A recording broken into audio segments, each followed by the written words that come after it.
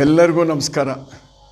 ನಾನು ನಿಮ್ಮೊಂದಿಗೆ ಒಂದು ಮುಖ್ಯವಾದ ವಿಷಯವನ್ನು ಪ್ರಸ್ತಾವಿಸಲು ಬಯಸುತ್ತೇನೆ.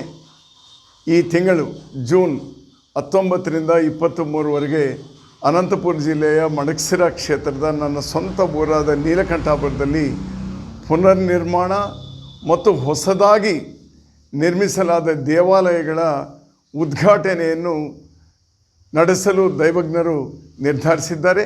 ಇದನ್ನು ಗ್ರಾಮದ ಮುಖ್ಯಸ್ಥರು ಮತ್ತು ನಮ್ಮ ಕುಟುಂಬ ಸದಸ್ಯರು ಆಮೋದಿಸಿದ್ದಾರೆ.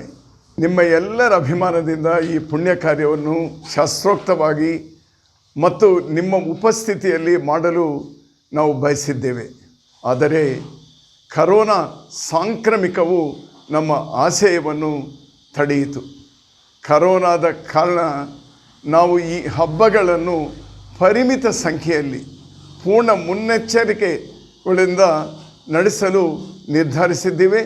ಆದ್ದರಿಂದ ಅನ್ಯದ ಭಾವಿಸಬೇಡಿ ಅಂತ ಕೋರುತ್ತೇನೆ. ಶೀಘ್ರದಲ್ಲೇ ದೇವರ ಕೃಪದಿಂದ ಕರೋನಾದ ಕೆಟ್ಟ ಸಮಯ ಮುಗಿದು ನೂರಾರು ವರ್ಷಗಳ ಇತಿಹಾಸ ಹೊಂದಿರುವ ಈ ದೇವಾಲಯಗಳಿಗೆ ಭೇಟಿ ನೀಡುವ ಅದೃಷ್ಟ ನಿಮ್ಮೆಲ್ಲರಿಗೂ ಸಿಗಲಿ ಎಂದು ನಾನು ದೇವರಲ್ಲಿ ಪ್ರಾರ್ಥಿಸುತ್ತೇನೆ. ಈ ಶುಭ ಕಾರ್ಯಕ್ಕೆ ನಿಮ್ಮ ಎಲ್ಲರ ಶುಭಾಶಯಗಳು ಇರಲಿ ಎಂದು ನಾನು ಭಾವಿಸುತ್ತೇನೆ.